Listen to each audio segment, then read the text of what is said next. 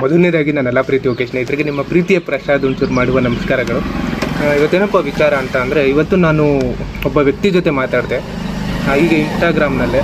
ತುಂಬ ಖುಷಿ ಆಯಿತು. ಯಾಕೆ ಅಂತ ಅಂದರೆ, ನೋಡಲಿಕ್ಕೆ ಆ ವ್ಯಕ್ತಿ ಯಾವುದೇ ರೀತಿ ಕಷ್ಟ ತೊಂದರೆಗಳು ಇಲ್ಲದ ಹಾಗೆ ಫುಲ್ಲು ಹ್ಯಾಪಿಯಾಗಿ ಲೈಫ್ನ ಕಳೀತಿದ್ದಾರೆ ಅಂತ ಅನಿಸುತ್ತೆ. ಬಟ್ ಅವ್ರ ಜೊತೆ ಒಂದು 10 ನಿಮಿಷ ಮನಸ್ಫೂರ್ತಿಯಾಗಿ ಮಾತಾಡಿದಾಗಲೇ ಗೊತ್ತಾಗೋದು ಪ್ರತಿಯೊಬ್ಬ ವ್ಯಕ್ತಿನಲ್ಲೂ ಕೂಡ ಹೇಳೋಕ್ಕಾಗದೇ ಇರೋಷ್ಟು ದುಃಖಗಳಿರುತ್ತೆ. ಕೆಲವರು ಅದನ್ನು ಸಂಪೂರ್ಣವಾಗಿ ತೋರಿಸ್ಕೋತಾರೆ, ಇನ್ನು ಕೆಲವರು ಅದನ್ನು ಇಗ್ನೋರ್ ಮಾಡ್ತಾರೆ. ಕಷ್ಟ ಮನುಷ್ಯನಿಗೆ ಬರದೆ ಮರುಕ ಬರೋದು ಅಂತ ಲೈಫ್ನ ತುಂಬ ಸರಳವಾಗಿ ತಗೊಂಡು ದಿನನ ಸಂಪೂರ್ಣವಾಗಿ ಅನುಭವಿಸ್ತಾ ಜೀವನ ಸಾಗ್ತಿರ್ತಾರೆ. ಆ ಥರ ವ್ಯಕ್ತಿನಲ್ಲಿ ಈ ವ್ಯಕ್ತಿನೂ ಕೂಡ ನನಗೆ ಅನ್ನಿಸಿದ್ರು. ತುಂಬ ಖುಷಿಯಾಯಿತು ಮಾತಾಡಿ. ಅಷ್ಟೇ ಕಣ್ರಿ ಲೈಫು. ಇವಾಗ ಯಾರಾದರೂ ಒಬ್ಬ ವ್ಯಕ್ತಿ ನಮ್ಮನ್ನು ದ್ವೇಷ ಮಾಡ್ತಿದ್ದಾರೆ ಅಂತ ನಮ್ಗೆ ಅನಿಸಿದ್ರೆ, ಆ ದಿನ ಪೂರ್ತಿ ಆ ವ್ಯಕ್ತಿ ಬಗ್ಗೆನೇ ಯೋಚನೆ ಮಾಡ್ತಾ ಕೂತ್ರೆ ಆ ದಿನ ನಮಗೆ ನಷ್ಟ.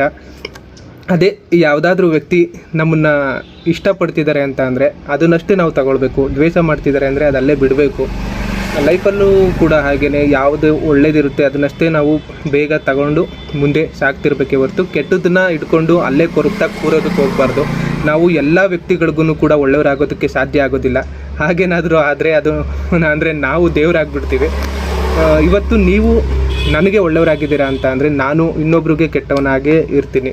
ಅಷ್ಟೇ ಜೀವನ. ಇರೋಷ್ಟು ದಿನ ಖುಷಿಯಾಗಿ ಕಳೀತಾ ದಿನನ ಎಂಜಾಯ್ ಮಾಡಬೇಕು ಅಷ್ಟೇ.